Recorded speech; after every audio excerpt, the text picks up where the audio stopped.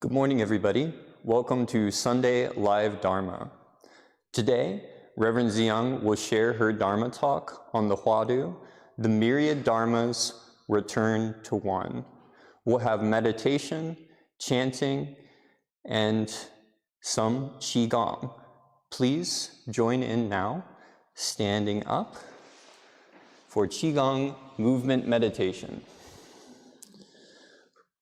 We're going to start by taking a deep breath in and bringing our feet to shoulder width apart. We're going to bounce up and down, allowing our arms to shake, swing from side to side. Let your arms relax. Feel the energy circulating through your body. And breathe out. One more time. And slowly come to a stop. Take a deep breath in, bringing your arms up. And breathe out, pushing down. Breathe in one more time. And out. Now breathe in, pushing out the energy, holding, and breathe out. One more time, breathe in, push to the side, hold your breath, feel the tension, and breathe out. Now, bring your arms up, to the side, and bend over at the waist, scooping up the energy.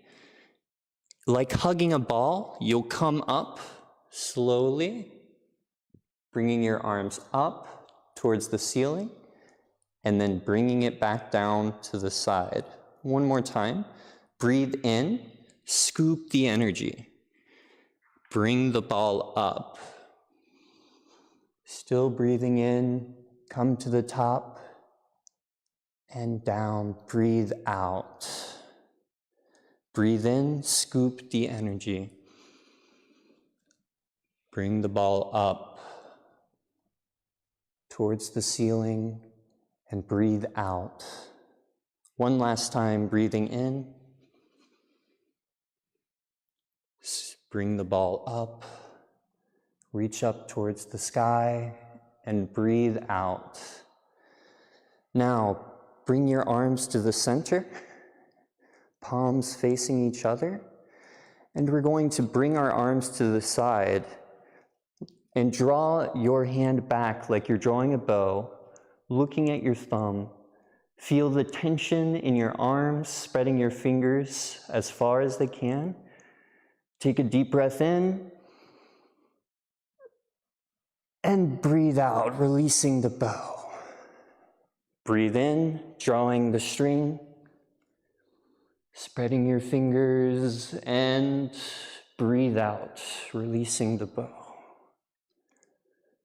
Breathe in.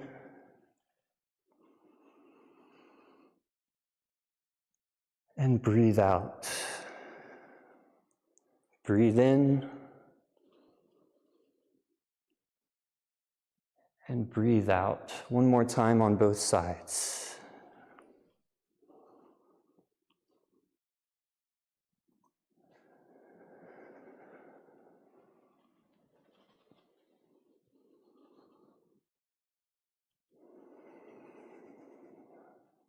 Now, bring your arms down to your side and bring your right arm up and your left arm as if they're attached by a string. You'll raise it up and then come back down, bouncing a ball like you're dribbling a basketball. So that's right arm and left leg. Bring it up and then come back down, dribbling the ball. Now left arm and right leg, up, down, dribble the ball.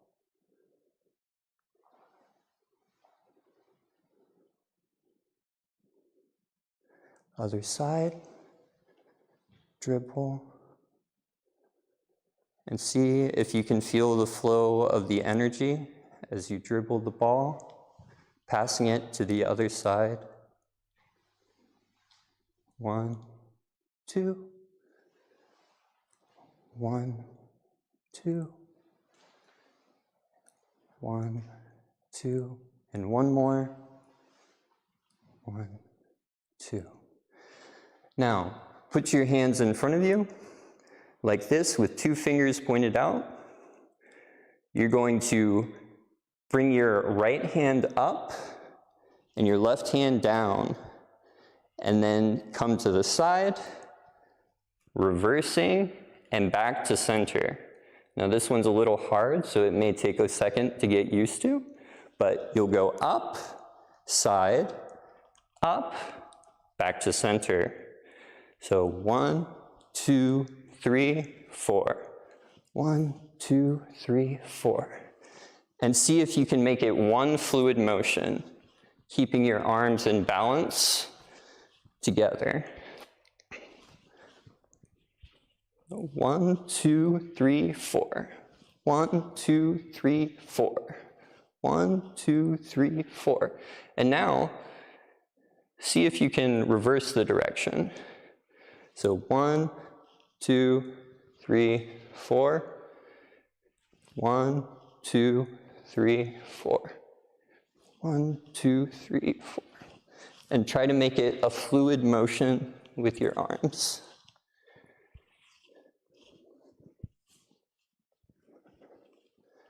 And slowly come to a stop at the center, bringing your arms back.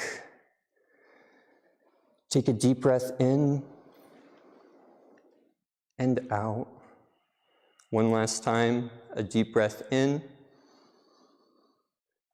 and out. Bring your legs together, your palms together, and now join us for 4 bows to the Dharmakaya Buddha Fourfold Grace.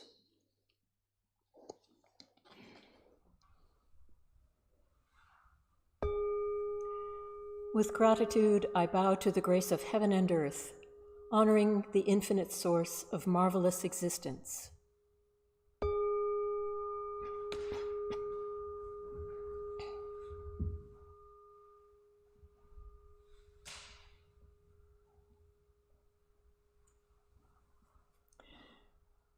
With gratitude, I bow to the grace of parents, ancestors, and everyone who has given me life and nurtured me.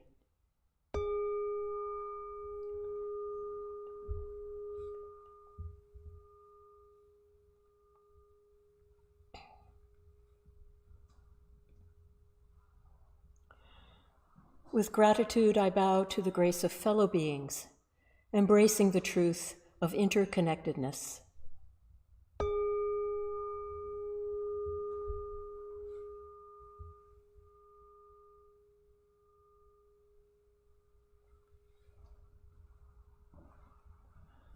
With gratitude, I bow to the grace of laws, which guide us to develop justice and freedom through Dharma and universal principles.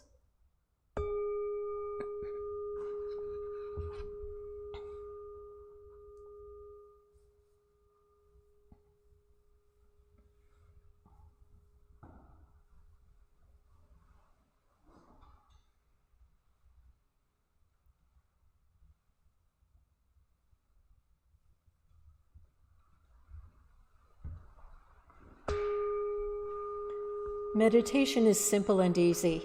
Anyone can practice it. Take time to find your most comfortable position on the floor or in a chair.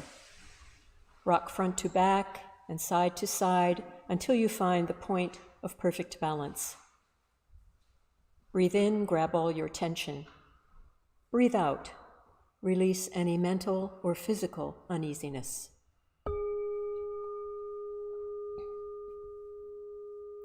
Breathe and listen to your body. If your body agrees, gradually sit up taller, gently straighten your spine, without losing focus on the energy in your lower abdomen. While keeping your ears softly aligned with your shoulders, tuck your chin in slightly and let your shoulders melt away from your ears. Enjoy the sensation of your arms and hands relaxing.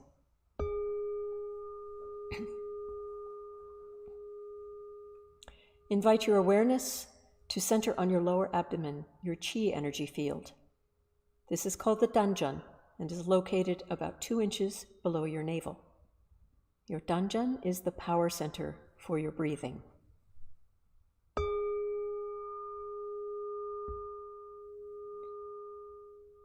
When thoughts arise in your mind, do not be disturbed by them. Do not react to your thoughts or play with them. Recognize that they are just thoughts and they will disappear by themselves. Continue to bring your awareness back to your Danjan abiding breath. When your mind is calm, concentrated, perfectly focused, and at peace, you will rest in the realm of samadhi, deep meditation. You will no longer feel any distinction between yourself and others, finding yourself free from the limits of time and place. May we be here now, deeply aware of our ever calm, ever alert spirit.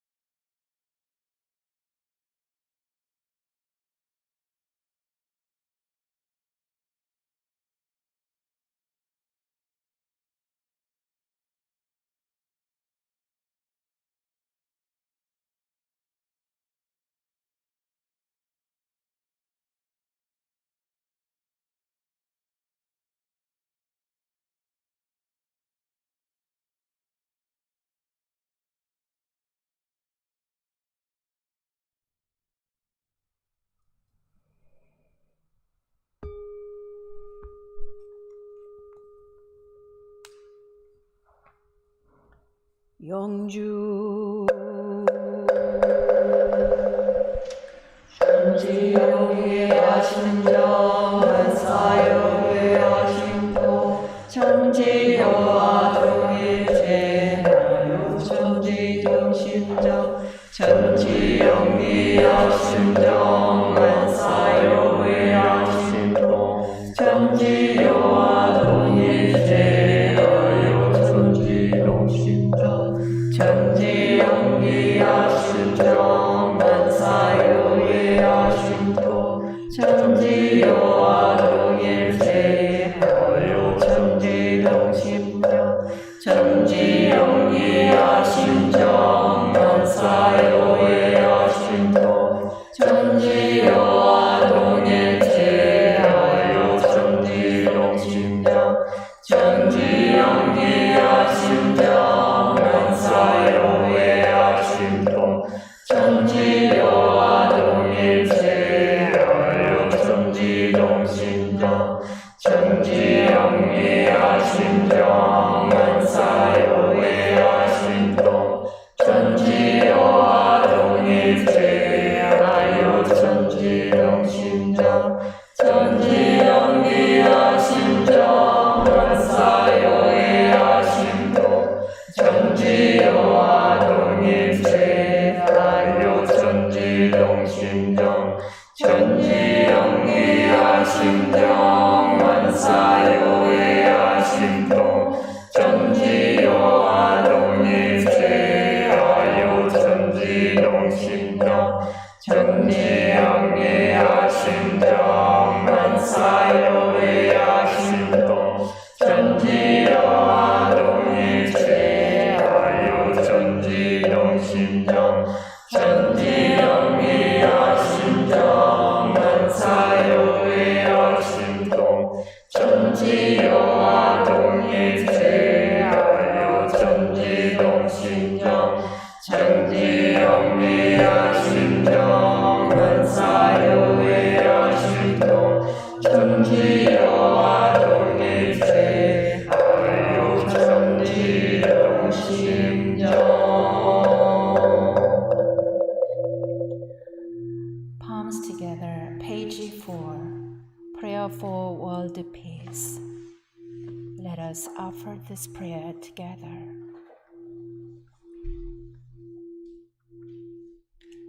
Grace of heaven and earth, grace of parents, grace of fellow beings, grace of laws, O Dharma Talk for warriors.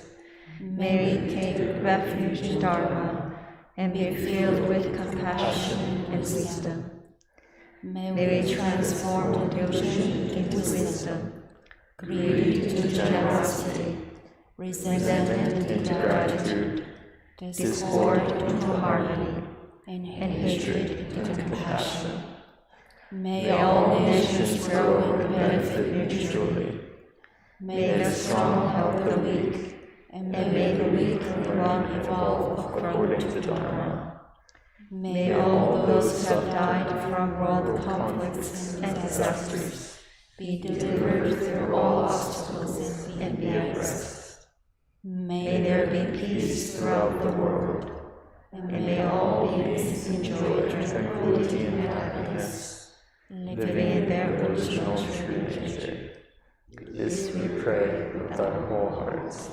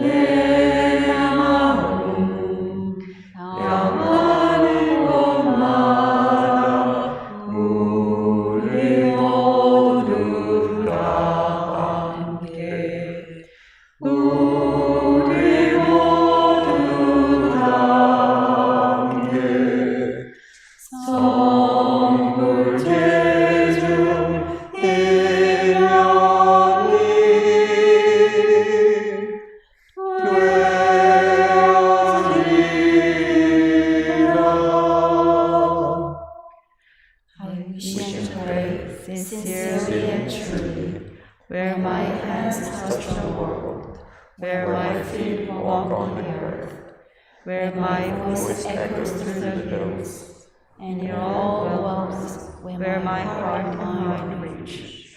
that we That we all together, share a true affinity for attaining great enlightenment and for helping all living beings.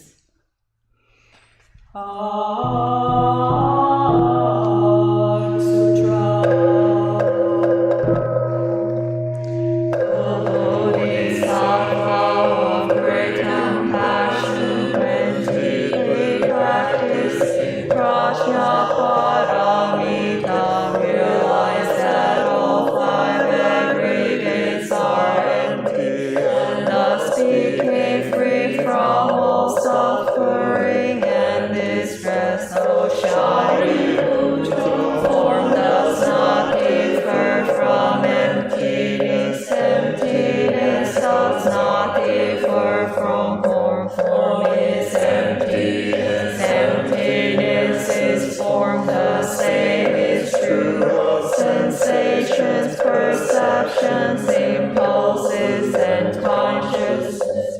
Shadi Putra, all dharmas are empty, they do not appear or disappear, are not tainted or pure, do not increase or decrease in emptiness, no form, no sensations, no perceptions, no impulses, no consciousness, no eyes, no ears, no nose, no tongue, no body, no mind, no form, no sound, no smell, no taste, no touch, no object of mind, no realm of eye, no stone body or mind consciousness, no ignorance or extinction of ignorance, no old age and death, nor extinction of them, no suffering, no cause of suffering, no cessation of suffering, no path, no wisdom, no attainment with nothing to attain. The Bodhisattva relies on Prajnaparamita, therefore the mind has no hindrance without any hindrance, no fears exist free from delusion, one dwells in nirvana.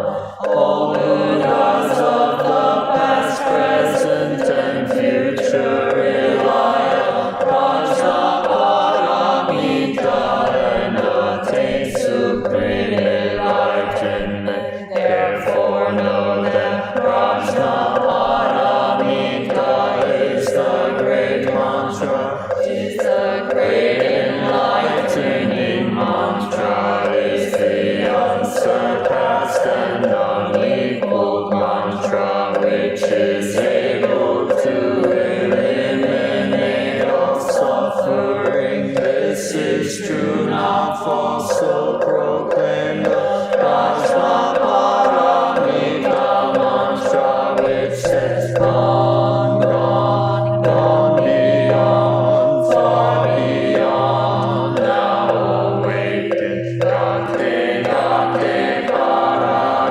gate, para, samgate, bodhisattva.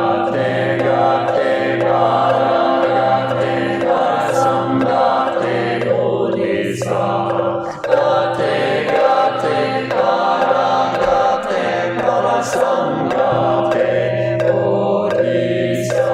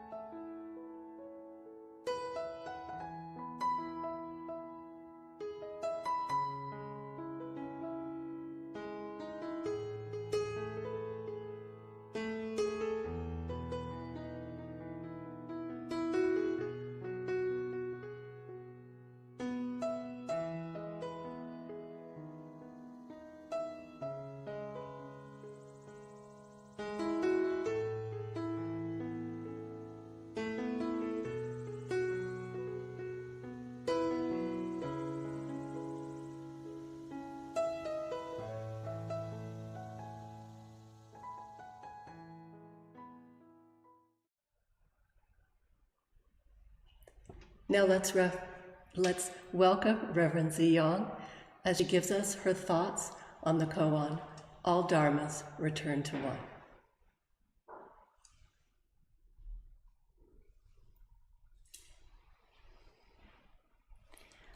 One day, someone came to see the founding master and said, "My mind cannot be rectified even for a moment because of the defilements and the idle thoughts that I constantly have in this dusty world. I want to rectify that mind." The founding master replied, "The method for rectifying the mind is first to awaken to the original foundation of the mind, and then to be impartial when using the mind. If you wish to understand why this is so, you must try to study this question." Then the master wrote for him, "The myriad dharmas return to one. To what does the one return?" Why do you think the master gave him this question? What does the myriad dharmas returning to one have to do with the method for rectifying the mind that has constant defilements and idle thoughts? In that question, the myriad dharmas mean the myriad phenomena, all things in the universe. The defilements and the idle thoughts are a part of the myriad dharmas. So, to what does a thought or a feeling that arises in our mind return? Let's reflect on our mind. Any thought or feeling, as long as we are not attached to it, naturally vanishes of itself. In other words, it returns to its source. What do I mean by the source? It is not a difficult thing to grasp. In each and every one of us, there is this thing, and because we have this thing, emotions and thoughts can arise from it. If we don't have this thing, if there is completely nothing, this body would be nothing but matter, and then emotions and thoughts couldn't arise.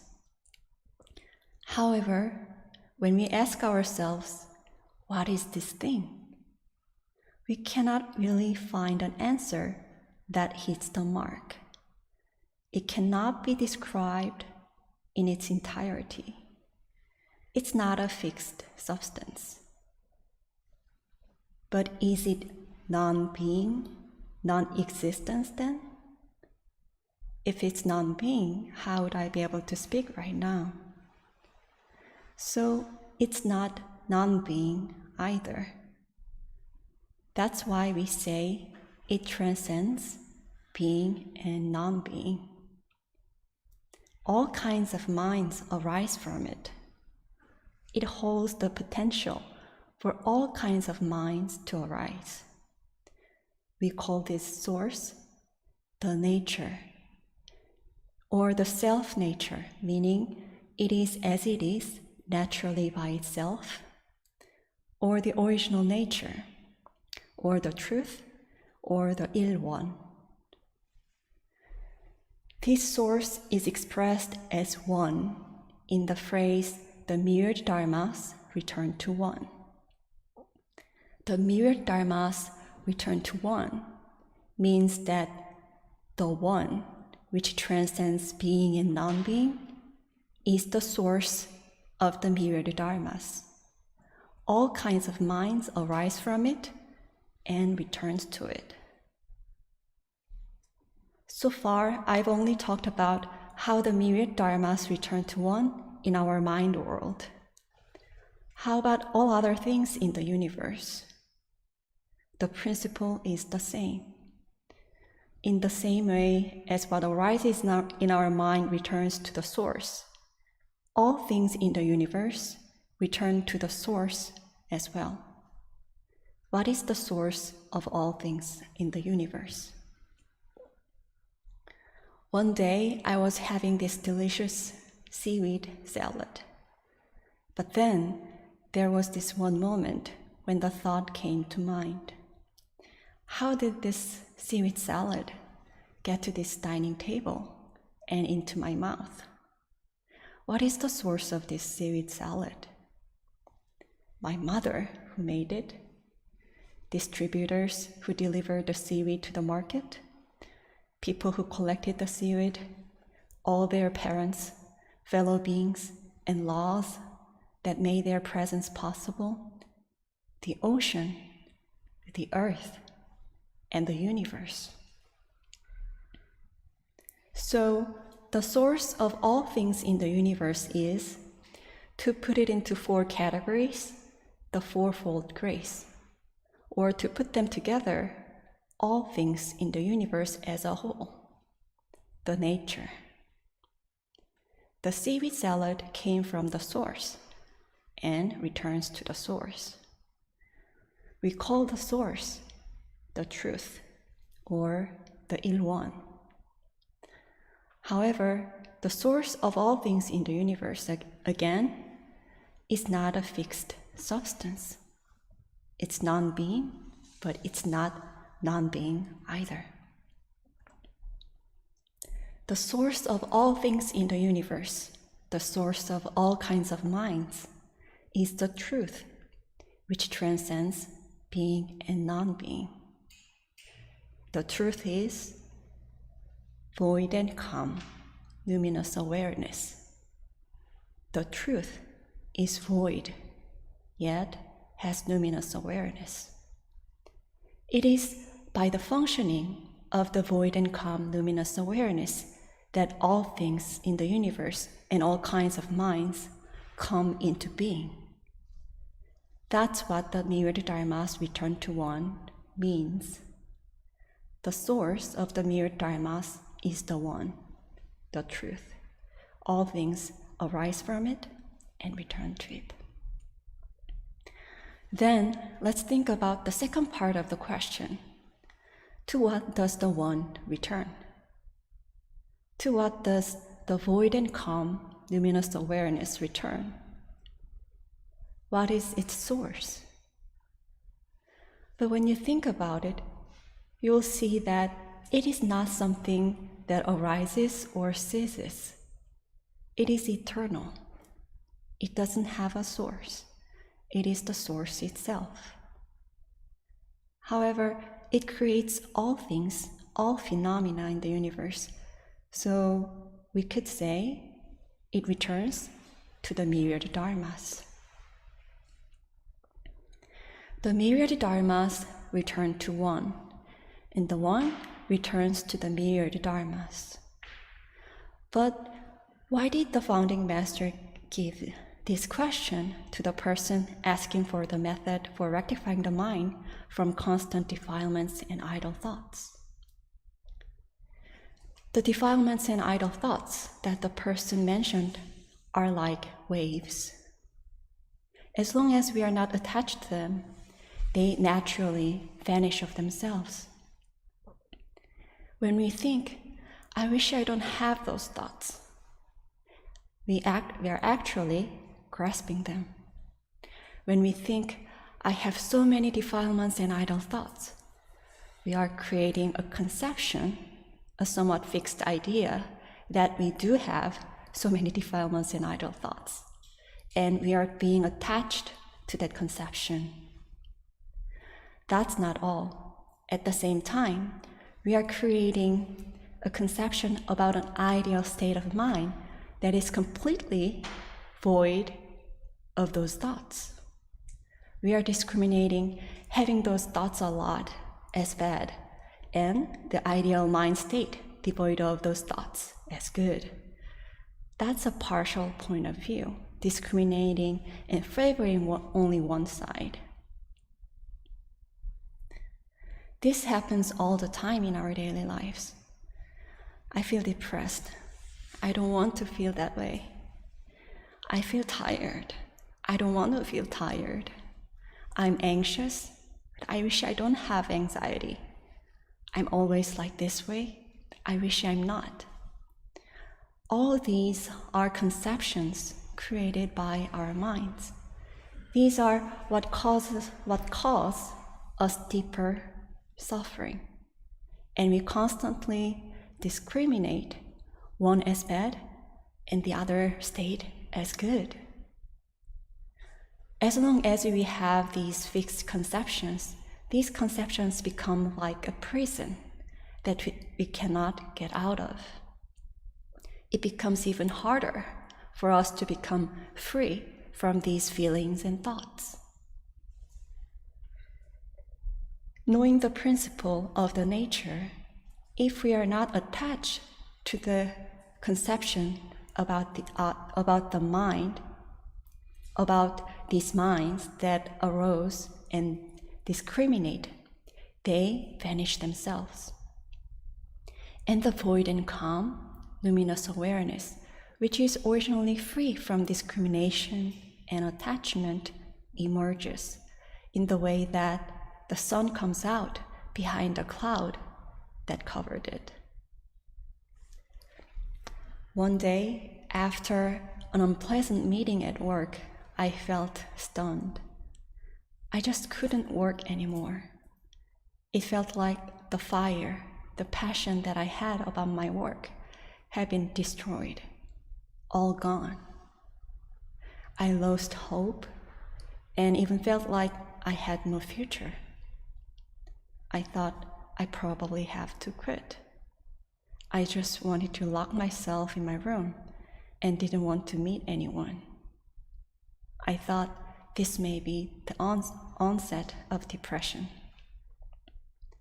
But at that moment, still feeling not certain about whether I could finish it, without thinking that I was feeling depressed or wanting not to feel that way, I started working on the task again, just little by little.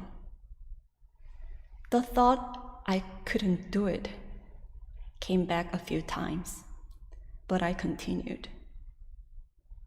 Less than a few minutes later, I realized that the feeling of depression had already disappeared.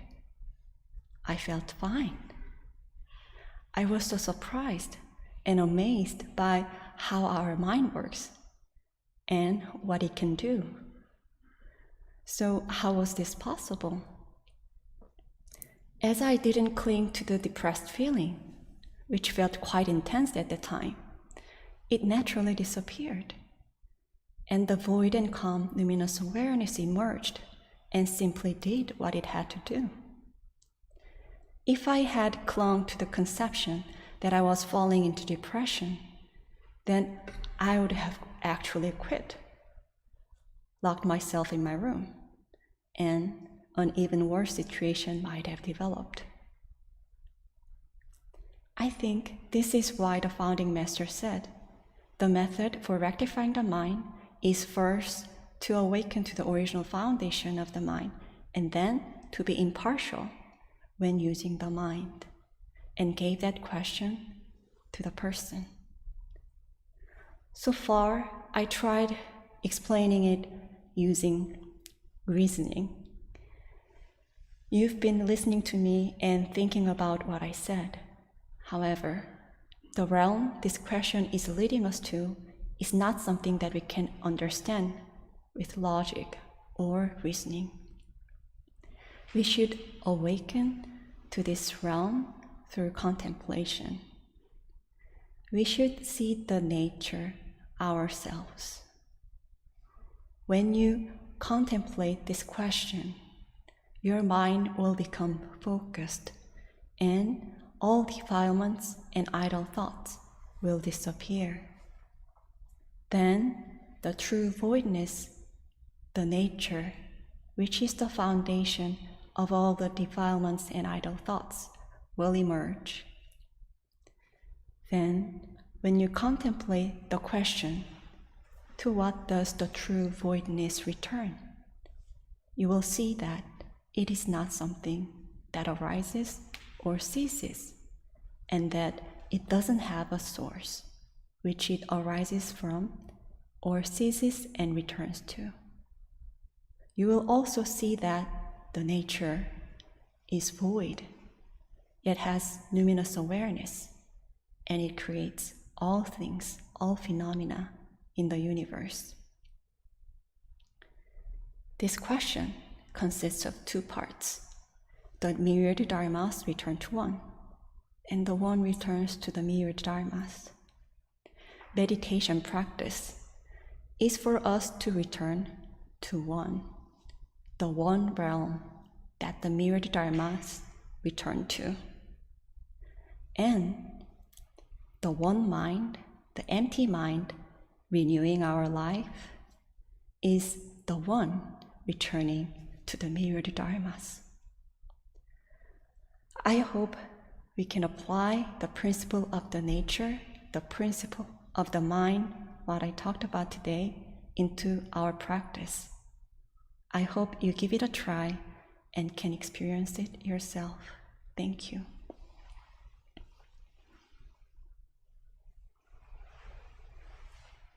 Thank you very much, Reverend Ziyong, for your insight into this notoriously difficult koan. We also have struggled with it. Many of us have struggled with it. And we appreciate your sharing your personal experiences. So friends at home, you are welcome to share your thoughts on the chat about today's practice and talk, or have a moment of silent reflection. And those in the Dharma Hall, please pair up and talk about your thoughts about this Dharma Talk.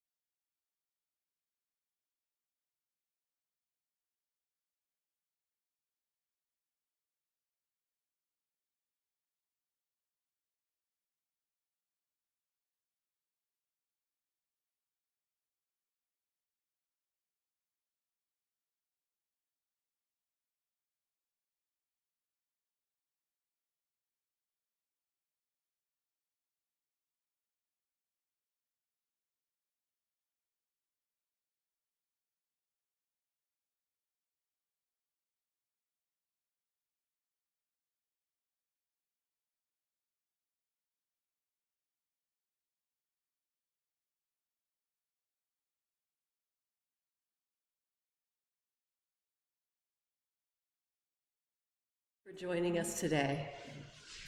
We have a few spaces available still for our teen retreat in August, so look on the website for that.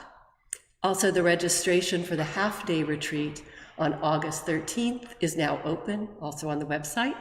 This half-day retreat will be on Zoom so that anyone can join. We look forward to practicing with you next Sunday. Thank you.